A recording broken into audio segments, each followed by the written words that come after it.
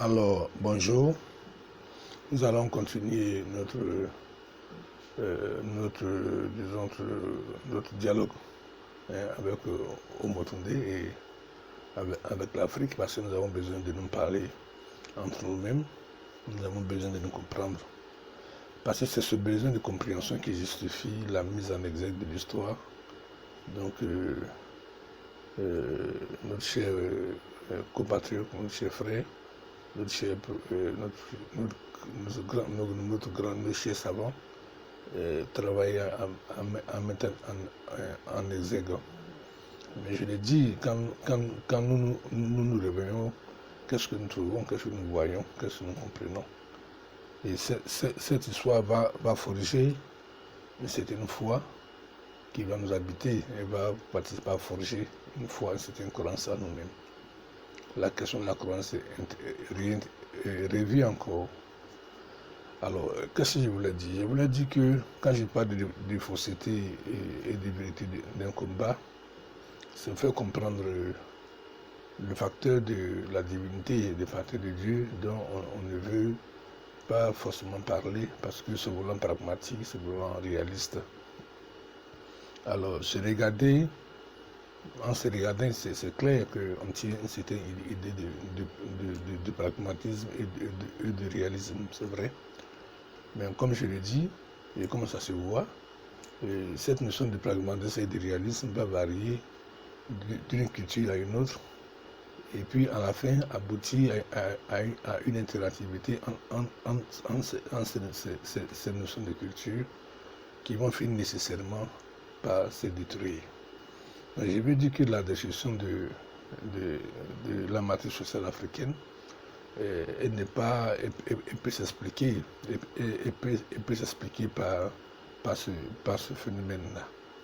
Alors, qu'est-ce qui est en réalité dans la question que nous devons, en nous posant à toute l'humanité, qu'est-ce qui provoque cette destruction, cette autodestruction dans laquelle les hommes sont fortement engagés et qui semble être une voie sans retour.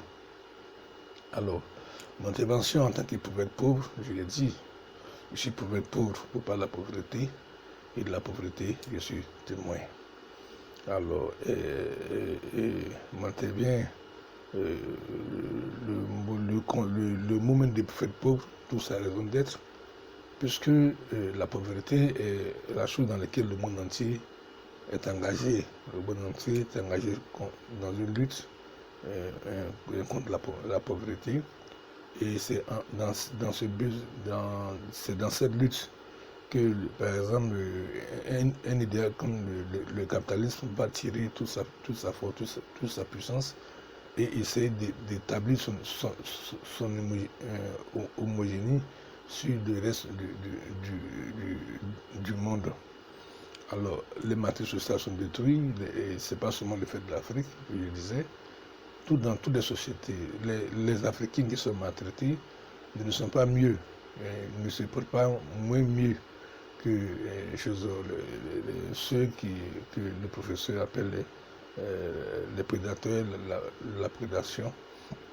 Parce que on a beau dire, ce ne sont pas les images qui sont projetées qui vont nous faire, qui vont, disons, obscurcir la lumière, la vérité. Et je veux dire quoi, comme on ne peut pas se porter mieux et puis agir mal en même temps, on ne peut pas se porter mieux et puis manifester en même temps le mal chez autrui, alors je veux dire que ceux qui font la prédation, ils ne font que l'expression d'un certain mal-être. Mal-être qui naît nécessairement de l'appréciation du regard qu'ils posent sur leurs semblables. Encore faut-il comprendre que ceux-ci sont leurs semblables. Pourquoi? Parce qu'à partir du moment où eux-mêmes ils ont du mal à se définir comme des hommes, ils ne peuvent que traduire cette définition-là dans les faits, dans le rapport avec les autres. Sinon, comment comprendre, quand il parle de fausseté, comment comprendre que les tenants de la religion en viennent à ne même pas comprendre, disons, ce qu'avec le recul de l'histoire, même si nous avons refusé de le comprendre dès le début, l'histoire a poussé son chemin, c'est que même avec le recul de l'histoire, s'impose à nous comme une certaine quête de vérité pour pour une meilleure compréhension de ce que nous sommes. Parce que si on a bien compris, on comprendra que les définitions que nous donnons à nous-mêmes, en fait, sont insuffisantes. Nous ne pouvons pas avoir des définitions que nous pouvons nous donner à nous-mêmes qui nous suffisent et dans lesquelles nous pouvons nous réjouir. La définition que nous donnons à nous-mêmes suscite chez autrui, chez nos semblables, la question de ce que nous sommes en réalité. Nous définissons croyant avoir trouvé des problèmes. Or, les définitions que nous soulèvent encore deux problèmes qui vont, disons, justifier c'est dans ces définitions que les autres vont prendre vont puiser les racines de justification de leur action en notre cas. Donc, il y a un besoin de reconnaissance donc, qui s'impose, et le besoin de reconnaissance va se traduire en une forme de combat, encore qui vont justifier encore que les hommes se battent entre eux et se détruisent. Donc, quand le professeur parle de prédation, c'est cela. Et quand on parle de prédation, malheureusement, le concept de prédation met sur la balance un qui est plus fort et un qui est plus faible. Or, les hommes, en partant, si on m'a bien compris, je ne vois pas de ceux qui ont les canons et de ceux qui n'en ont pas. Je ne vois pas de différence parce que ce sont les mêmes problèmes d'appréciation, de compréhension du regard qu'on pose sur les uns sur les autres qui constituent la base du problème. Alors si, contrairement à ce que les gens font, en regardant leur semblable, ils s'imposent le devoir comment on appelle ça, d'apporter ce qui semble être mieux, d'apporter ce qu'ils trouvent mieux de leur regard et l'imposer à l'ensemble de leurs semblables, ou bien à l'ensemble de ceux qui ne comprennent pas, qui ne peuvent pas saisir comme étant leurs semblables, on ne peut qu'en arriver à là. Voilà. Alors, ce problème-là, on le résout comment? Par la force des armes, par la force des arguments. Bon, puisque il s'agit d'un regard, que l'action découle et présidée par un regard, qui lui en amont s'est forgé d'une certaine conscience, finalement c'est à la chose de la conscience même de l'homme à laquelle sur lequel il faut se concentrer, qu'il faut regarder, il faut apprendre à comprendre. Alors, l'homme s'est défini même une conscience, donc les faits sont là, cette conscience semble être insuffisante. Alors cette insuffisance de conscience de nous-mêmes et dans le regard que nous avons avec les autres, elle n'est pas, à cette insuffisance-là, il faut trouver une certaine justification. Il faut trouver une certaine justification.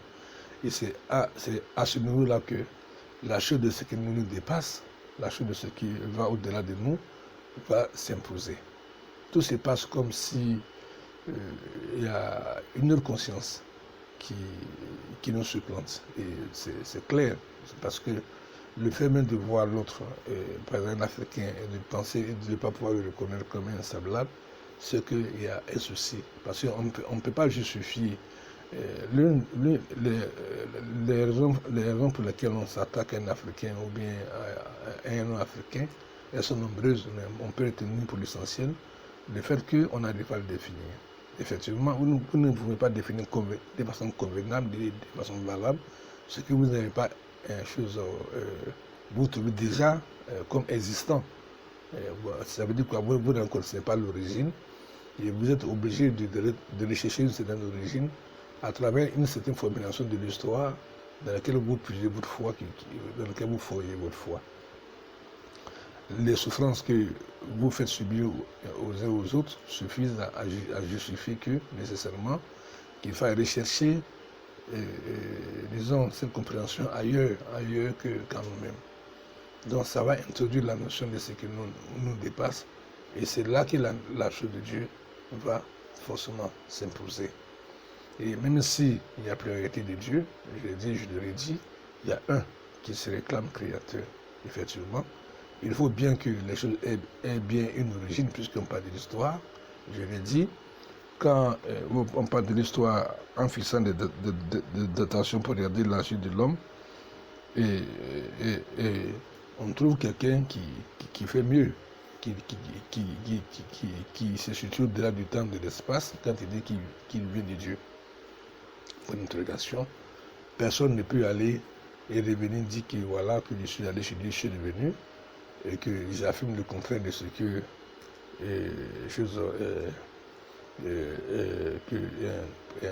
la personne de Jésus-Christ, puisque c'est de lui qu'il est question, c'est lui qui introduit ce concept-là.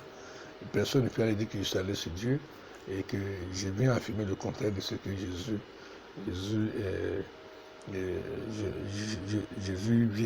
vient dire à propos de l'existence de Dieu. Et c'est là le fond du problème. C'est pourquoi j'ai dit que balayer du revers de la main, lire l'histoire, la façon dont nous le faisons, c'est de partir de ce qui est faux pour essayer de construire ce qui est vrai. On ne peut pas y arriver. On ne peut pas y arriver. Alors, la fausseté du combat, ce n'est pas seulement que ça. Puisque j'ai parlé du regard, on le ressent encore par le porteur de ce message de Dieu. Alors pour être pauvre, comme je le dis, il faut être pauvre, comme je le dis, pour comprendre certaines réalités. Alors ceux qui font, d'abord je vais signaler une première fausseté, c'est d'abord le concept de porter du message de la part de Dieu. C'est pas vrai. C'est pas un concept, c'est pas quelque chose à comprendre, c'est pas dans ce sens qu'il faut comprendre le fait d'avoir le message de Dieu en soi et de vouloir l'apporter aux autres comme message et se définir comme prophète ou bien agissant au nom de Dieu. Alors, je dis pourquoi? Je dis parce que vous vous trouvez, quand on y pense, vous vous trouvez devant, en vous-même, et que le regard il est en vous-même, devant quelque chose qui est plus fort que vous.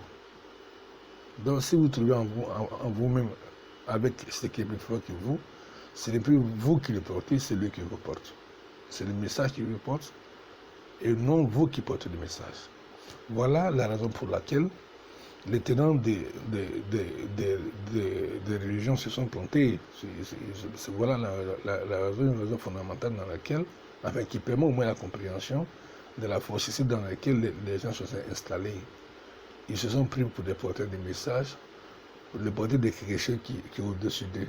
Donc ils n'ont pas compris que c'est eux qui sont portés par des messages et non le contraire. Alors quand on comprend qu'on est porté par un message, on rentre mieux dans le message, puisque on laisse le message s'exprimer à travers nous. Mais quand nous avons conscience du porteur du message, le message est forcément déformé par la conscience que nous avons. Donc, c'est ce qui a échappé en grande partie aux tenants de la religion. Et le nom de Dieu se voulant autorité, on s'en est servi. Et nous sommes arrivés, et nous en avons servi de façon qu'aujourd'hui, nous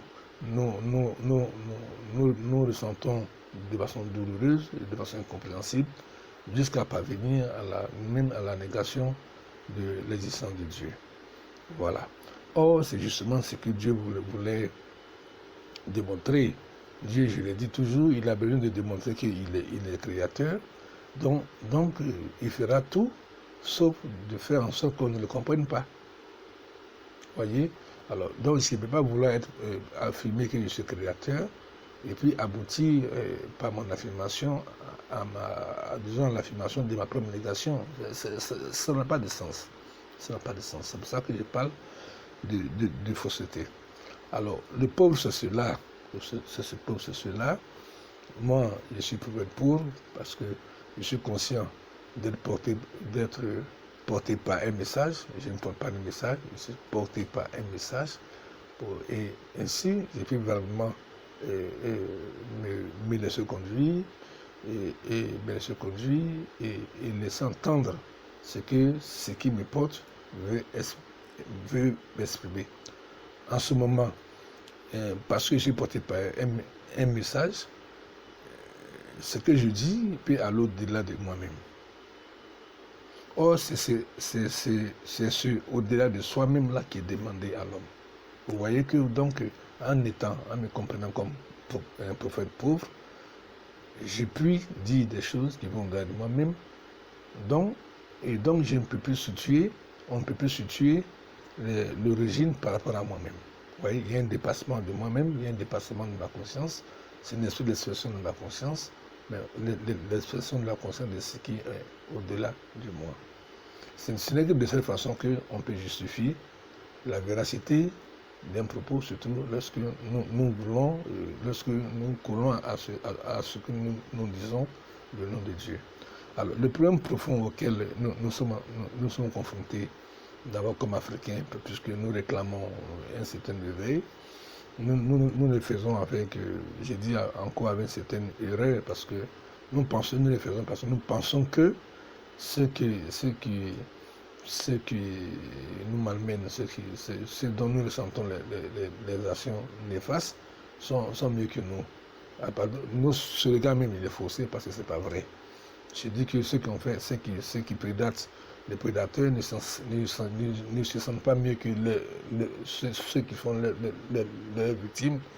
Il faut aller au-delà pour comprendre en fait que c'est un phénomène de destruction des idées de société qui est engagé à travers le monde entier. Prenez seulement le capitalisme. Il balaie tout sur ce chemin. Il y a une idée de société qui balaie tout sur ce chemin. Et avec la force de son argument, avec les consciences, donc ils ont commencé par nous nourrir de cette conscience qui a fait de nous des terrains favorables, qui fait qu'aujourd'hui, on a du mal à s'imaginer comment pouvoir vivre sans ce capitalisme-là. Pourtant, on se rend compte qu'on ne peut pas vivre avec. Bon, on va encore un peu dans une fausseté pour dire, écoutez, c'est un mal nécessaire. Et puis, à partir de là, essayer de trouver des paroles de Dieu pour essayer de nous conforter la conscience. Ce que j'ai dit là, ne soyez pas étonnés, hein. Quand il y a eu les premières Deuxième Guerre mondiale, il a bien fallu dire quelque chose aux hommes. Voilà, Dieu est miséricordieux, Dieu est miséricordieux, mais sa miséricorde n'a pas empêché les gens de s'entretuer. Et quand maintenant on s'entretue, on se déchire, il y a des milliers d'hommes qui meurent, il faut trouver une raison pour apaiser nos consciences. Et voilà, le Conseil de Dieu miséricorde, il intervient, on le fait ressurgir, et maintenant il va servir à adoucir notre conscience parce que nous ne savons plus trop où aller. Et je pense que la miséricorde de Dieu, elle doit, comme Dieu se définissant comme créateur, comme au devant de toutes choses, comme initiateur de tout ce qui peut exister, comme capable d'initier ce qui de faire exister les choses. Moi, je vais combler sa miséricorde lorsque, si j'avais pu éviter la Première Guerre mondiale, si j'avais pu éviter la Seconde Guerre mondiale, si j'avais pu éviter les guerres qui s'en suivent, ce désordre social qui s'installe, qui en s'installant provoque une désorganisation totale de la conscience que nous avons de nous-mêmes. Parce que c'est ça le besoin, c'est aussi de là que vient le besoin de se réveiller. C'est le constat d'un désordre qui s'est installé suite à une destruction de notre idéal de société en tant qu'Africain. Mais il ne peut en être autrement parce que c'est pas forcément parce que le débat religieux il a été faussé et qu'il a servi de vecteur à l'argent des politiciens. Ils ont transmis, ils ont voulu imposer notre idéal de société aux hommes pour assurer une certaine domination du monde, une certaine domination du monde. C'est clair que lorsque on déclare que Dieu n'existe pas, le besoin d'une gestion du monde s'impose à nous. Donc, où allons-nous trouver les ressources morales et intellectuelles pour pouvoir l'assurer? C'est encore dans nous-mêmes, dans notre regard qui est déjà vicié, qui est déjà faussé par l'insuffisance de notre propre inconscience. Voilà, c'est pourquoi il dit que même si Dieu n'existe pas, il aurait fallu le créer, il aurait fallu le rechercher. Voilà. Donc, ce débat, il y a aussi à comprendre à ce niveau-là. C'est pourquoi il dit qu'il ne faut pas, une fois de plus, on ne peut pas écarter du réveil de la main en faisant dire de Dieu, en faisant comprendre de Dieu ce qu'il ne faut pas faire comprendre. Parce que comme je l'ai dit, Dieu veut affirmer la réalité de son existence. Et la dernière fois, je l'ai dit, quand vous regardez, la vérité, elle est déjà là. Nous n'allons pas la fabriquer. Nous sommes nés, nous avons trouvé une vérité, elle est là. Et Dieu, comme il est préexistant, il a dit, les hommes, la loi des hommes n'a pas la première expérience qu'ils font de la loi, puisqu'il existe d'abord une loi qui a commencé par préexister. Alors on ne peut pas l'ignorer. Alors le désordre là vient comme en interaction dans son rapport avec ce qui est préexistant. Parce qu'il y a quelque chose de nouveau qui veut venir s'incruster dans ce qui est ancien. Ce sont les incompatibilités de ces deux de lois-là qui vont nécessairement créer un désordre. Et où ce n'est pas dans la tête de celui qui préexiste, parce qu'il montre qu'il ne change pas. Mais ceux qui changent continuellement, ce sont les hommes que nous sommes. Alors, si les Augustes Comte, les sociologues comme Auguste Comte ont dit qu'il était devenu impossible de comptabiliser l'action de l'homme, de prévoir de façon rationnelle l'action de l'homme, c'est dû à cela, puisque nous n'avons pas de repère. Donc j'ai dit que ce débat, il n'est pas seulement qu'africain, il s'adresse à toute l'humanité. Il s'adresse à toute personne qui peut se reconnaître comme un être humain par la conscience qu'il a de lui-même. Parce que quand il a compris qu'il est un être humain, il ne peut pas voir son semblable et ne pas comprendre que c'est un être humain. Or, c'est à ça que nous sommes arrivés quand des papes à qui Dieu parle, quand des temps de religion à qui Dieu parle, ne sont pas capables de traduire la réalité de cette humanité-là dans les faits, en poussant les autres, en donnant les moyens aux autres, les moyens moraux. À mes pauvres yeux, c'est ce qui est dramatique. Ils ont donné la force morale et spirituelle à leurs partenaires, à leurs compatriotes, à leurs amis, de poser les actes. Parce qu'il fallait une certaine force morale il fallait que cette morale soit soutenue. Et ils ont reçu le soutien parce que le regard qui est porté sur cette vérité de Dieu-là a été erroné. Et nous en sommes là. Et aujourd'hui, nous voulons nous réveiller en faisant la même faute. Ce que nous devons comprendre, c'est la fausseté même du regard de Dieu que nous avons projeté sur nous-mêmes et qui a été projeté sur nous-mêmes. En fait, c'est de ce regard-là que nous souffrons. Alors, il faut arriver à se défaire de ce regard-là pour retrouver Dieu. Parce que retrouver Dieu, ça nous permet de faire quoi? Ça nous permet, c'est au-delà de nous-mêmes, au-delà de soi, dont nous avons besoin pour pouvoir appréhender l'autre. On ne peut pas appréhender l'autre en restant soi-même. Il faut sortir de soi, parce que l'autre, il n'est pas en nous, il est hors de nous. Donc, tant qu'on reste en nous, c'est difficile. Et les difficultés sont présentes. C'est pourquoi j'ai dit, bon, voilà, que si nous ne voulons pas d'histoire, pour ne pas aggraver encore la situation, réfléchissons à ce qui détruit la matrice sociale, et reconnaissons que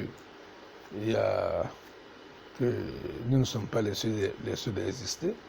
De la même façon que nous sommes noirs, les autres sont blancs. Ça suffit pour justifier une certaine action.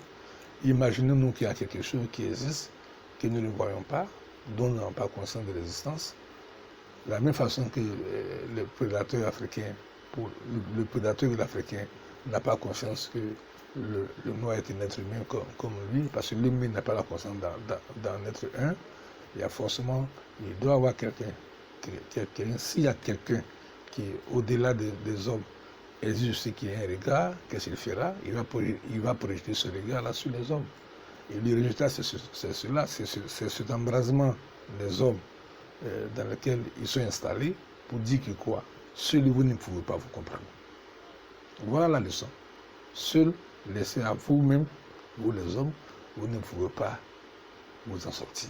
Vous ne pouvez pas vous comprendre. Il faut qu'on vous éclaire sur ce que vous êtes. Parce que vous ne pouvez pas prouver, vous ne détenez pas, disons, le sens même de la réalité de ce que vous êtes. Voilà. Donc, c'est pourquoi j'ai dit, fausseté et vérité d'un combat. Et d'abord, ce combat, je souhaiterais que on ne le comprenne plus seulement par rapport à l'Africain. Parce que quand vous le faites, vous mettez vous-même en tant qu'Africain dans la poursuite d'un dominé. Or, il s'agit d'un problème général. Il s'agit d'un problème général. Et ça va me permettre même de parler même un peu de la Côte d'Ivoire. Pourquoi nous battons-nous un peu aujourd'hui, depuis que nous sommes devenus intelligents, depuis que nous voulons exprimer une conscience de nous-mêmes, c'est le débat autour de la loi fondamentale, le débat autour de la Constitution. Alors, les perceptions divergent et nécessairement, il y a implosion. J'ai dit que la crise, elle n'est pas politique. Malheureusement, comme on veut que tout soit réglé par la politique, mais ce débat, je te le dis, c'est pas un problème de choses de politique. C'est un problème de conscience. C'est le même phénomène. C'est le même phénomène. J'ai dit, il y a une décision de matrice dans laquelle nous nageons, dans laquelle nous marchons, dans laquelle nous vivons. Mais c'est le phénomène quand on prend une société, elle va se déclencher où? Elle va se développer sur ce que les uns vont appeler fondamental. Effectivement, quand toutes les constitutions sont dites fondamentales, et quand il y a un problème de perception de la constitution, effectivement, on arrive forcément à la destruction de la société. Il faut refaire la société, et qu'elles sont faites, on dit, bon, on va réécrire une autre constitution, une autre loi. Vous voyez, le besoin de loi revient, parce que sans loi, on ne peut pas vivre. Or, vous ne voulez pas accepter qu'il y ait une loi qui soit au-dessus de ce que vous faites. Vous vous en sortez comment? Vous vous en sortez comment? Vous ne pouvez que vous entre-déchirer, et votre déchirement dans lequel vous êtes installé suffit à prouver qu'il y a quelque chose qui ne va pas, il y a quelque chose qui demande à être regardé. Voilà. Alors, c'est là que, quand vous allez comprendre pourquoi, quand Jésus va dire que, quand vous allez voir les guerres, machin, bon, c'est nécessaire que cela arrive, n'ayez pas peur, parce qu'il faut que cela arrive. Mais parce que Dieu, il semble à finir par se dire que, puisque nous devons comprendre par nous-mêmes, ce n'est que par cette expérience douloureuse finalement que peut-être qu'on peut trouver un espace de compréhension. Voilà, parce qu'on finira par se demander, on finira par lever la tête vers nos cœurs, lever la tête vers nos cœurs pour nous demander, mais qu'est-ce qui en fait, puisque tout part du monde, qu'est-ce qui en fait à moi me motive à ça, à cela, à faire ça, à faire cela. Alors tant qu'on ne parvient pas à cette question, vous comprenez tout de suite que cette difficulté, cette fausseté va nous entraîner en notre propre pète. Elle s'est déjà commencée. Et rien dans l'histoire ne permet de dire que ce n'est pas seulement les guerres, même les sociétés qui dessus des hommes. Les hommes se sont détruits parce qu'ils ont été trop riches à un moment donné. Et quand vous prenez l'histoire, les gens le savent mieux que moi. Tous ceux qui se sont reconnus comme riches, aujourd'hui n'ont pas de pauvres, mais ils sont tombés, ils ont connu leur déclin mais encore à cause de leur propre richesse. Parce que ce que leur a imposé la notion de richesse les a conduits inévitablement à leur propre destruction. Donc, le problème, on pense que c'est le pauvre qui est conçu du problème. C'est pour ça que celui qui est pauvre, comme moi, ne peut que dire que non, vous tombez de combat, parce que le combat ne se trouve pas là. Pourquoi les riches, les pauvres, on s'est détruit parce qu'on est pauvre? Pourquoi on le fait aussi si quand on est riche? Pourquoi les sociétés riches vont-ils dans les déclins? Vous prenez les sociétés européennes que nous avons tant regardé, que nous prenons pour modèle. Mais la déchéance morale, elle est là. L'argent est présent. Peut-être que c'est vrai. L'origine de l'argent, cause problème. Et les problèmes autour de l'origine de la richesse sont souvent des débats dont il est difficile, une fois entré, de s'en sortir. Donc finalement, tout finit par créer problème. Tout finit par constituer un problème. C'est pourquoi j'ai dit qu'il faut quand même faire attention à ne pas installer ce combat africain et puis se mettre dans la position de celui qui se sent le plus mal. C'est pas vrai. C'est pas vrai, puisque c'est un phénomène de toute destruction, ou toute destruction qui touche l'être humain même en tant que tel. Prenez, fouillez dans la vie des hommes, vous qui êtes historien, vous qui êtes chercheur, vous qui êtes conservateur, vous verrez, vous pourrez plaquer une vérité sortie des livres sacrés, qu'ils soient Bible ou Coran, pour vous soulager la conscience. Mais la preuve est là, après 2000 ans d'évangélisation, mais le besoin même de l'évangélisation se crée. Il est plus encore plus criard, il est plus encore plus nécessaire que cela l'a été au départ. Ça veut dire que c'est ce qu'ils appellent courir sur un tapis roulant. Les hommes ont couru sur un tapis roulant, ils ont couru, mais ils sont sur place, parce que le tapis roulant c'est ça. Vous roulez, vous courez, mais vous ne bougez pas, vous restez sur place. Ça veut dire que c'est pour dire simplement qu'on n'a pas avancé. Et on ne peut pas avancer quand une anthropologie prend pour étude l'homme qui est en train de courir sur un tapis roulant et se constitue comme une science. Bon, moi, je suis arrivé au besoin d'une reformulation de l'anthropologie, et en sortant de moi-même, en sortant de ma conscience, pour laisser exprimer ce qui est en moi, au-delà de moi, pour que ce ne soit plus moi qui parle, mais ce qui est au-dessus de moi se fasse l'expression de ce que je suis.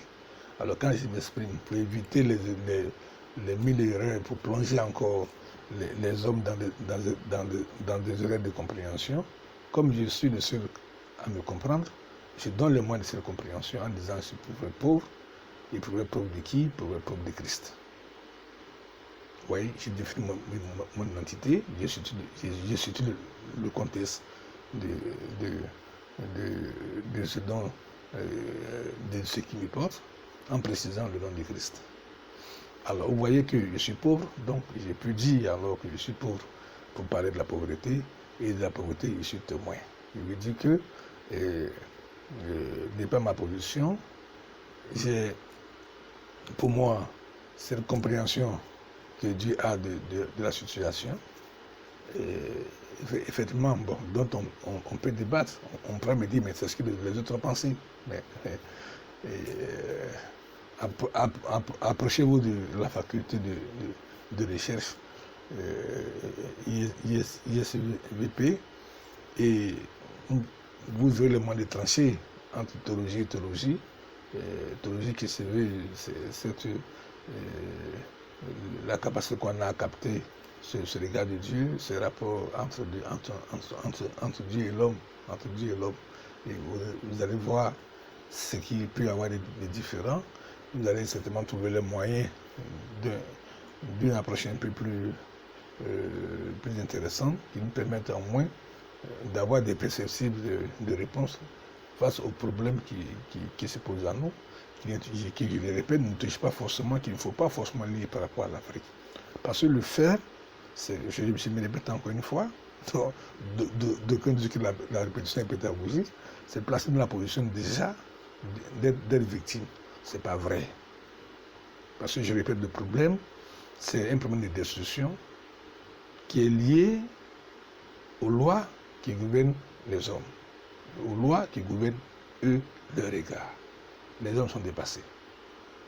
Ils sont dépassés parce que simplement ils sont arrivés à l'affirmation de la négation de Dieu. C'est voulant s'exprimer eux-mêmes, ils ne savent pas quoi faire, ils ne savent pas quoi dire, ils ne savent même pas comment réagir. Ne pas savoir réagir l'autre, c'est aussi ne pas savoir ce qu'il faut lui dire. Ça veut dire qu'ils ne savent pas parler. Finalement, on arrive au sentiment que, bon, Omotomi de l'a dit, il a compris que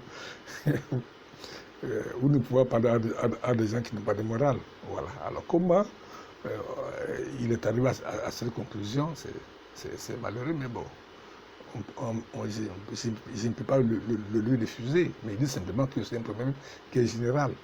Voilà, un problème qui est général, parce que moi je ne le vois pas forcément par rapport à l'Afrique. C'est pour cela que quand je dis qu'il rentre dans l'histoire de l'homme, il introduit des concepts nouveaux, mais en parlant de race choisie, en parlant du concept d'enfant de Dieu, c'est cela. Quand je dis que c'est en cela que je dis que le concept d'enfant de Dieu résout le problème identitaire des hommes, qui est la source de tous les problèmes que les hommes connaissent. Parce que ton regard, c'est fait l'expression de ta conscience, hein, l'expression de ton identité. Alors, donc, si tu regardes mal, le mal dans ton regard est aussi l'expression du mal dans la conscience que tu as de toi-même. C'est évident. C'est évident.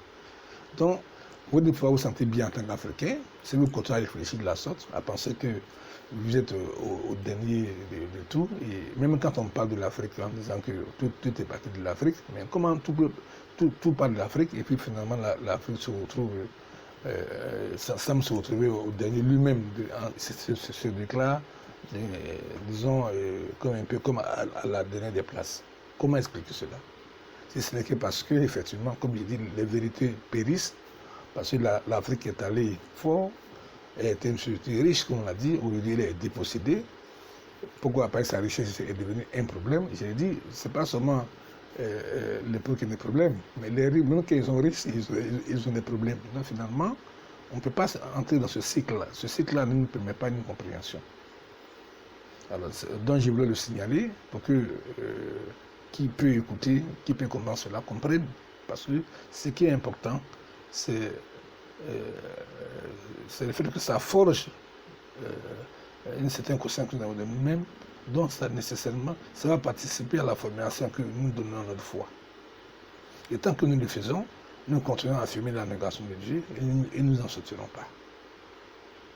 Donc voilà le peu que je voulais dire pour aujourd'hui et laisser à la méditation, à l'appréciation des savants, à l'appréciation de ceux qui doivent comprendre, du citoyen lambda, hein, pour qu'ils comprennent que bon, d'abord, ceci à prendre comme une contribution. Et parce que ce thème du prophétesse pauvre, vous allez l'entendre. Vous serez obligé d'entendre en parler. Voilà. Parce que le besoin, il a toujours existé. Et bon, comme personne, on est entré dans une civilisation où personne ne veut apprendre par la pauvreté, nous ne comprenons pas à quoi ça sert d'être pauvre. Je suis pauvre, on dit la pauvreté est une rupture avec l'idéal de société. Effectivement, on ne peut pas définir une société sans opérer une certaine rupture. Il faut une rupture. Alors, quel est le concept qui m'a envoyé cette rupture-là? En l'occurrence, par rapport à Dieu, c'est le concept de pauvreté. C'est le regard que Dieu porte sur le pauvre que les hommes ont fabriqué et ce qu'il lui apporte. Et c'est ce qui fait, c'est ce qui rend intéressant, ce qui fait de la pauvreté une solution au regard de Dieu et que Christ nous envoie quand il dit, voilà, au pauvre, j'ai choisi le pauvre pour faire de lui pour nous donner la richesse de la foi. Vous voyez, la richesse de la foi, c'est la richesse de la foi. J'ai pris les revues seulement en disant c'est la richesse qui est contenue dans son regard, qui permet de comprendre ce que les autres ont du mal, ont démontré leurs difficultés à comprendre.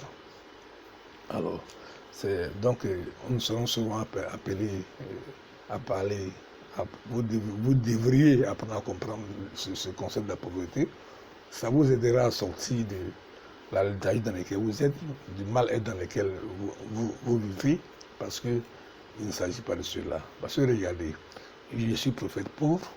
Alors, si Dieu, si tel est que dans votre entendement, le pauvre est celui qui est assis à la dernière des places de l'existence des hommes, quelle raison moi j'ai de l'adorer, j'ai de proclamer son nom, j'ai quelle raison d'être, pourquoi moi j'acceptais d'être choisi pour être le dernier, pourquoi? Bon, alors, à ceux qui disent que la pauvreté dit ce que ça veut, je vais demander, quand vous me regardez, dites-moi ce que vous trouvez comme malédiction sur moi. Et si vous le trouvez, bon, essayez de m'en guérir. Parce que vous n'en trouverez pas, c'est faux. C'est votre regard qui est un problème. Voilà. Donc, ça c'est là que je vais m'arrêter là pour aujourd'hui, pour ne pas que la vidéo soit longue. Et laisser cela comme matière à réflexion, matière à une contribution, une matière à réflexion, à méditation, dans cette quête de vérité dans laquelle nous sommes tous forcément obligés dans cette quête que nous sommes obligés de mener. Alors, c'est toujours le préfet pour Frédéric Adou, chercheur théologien pour l'ISVP, faculté de théologie. Je vous remercie.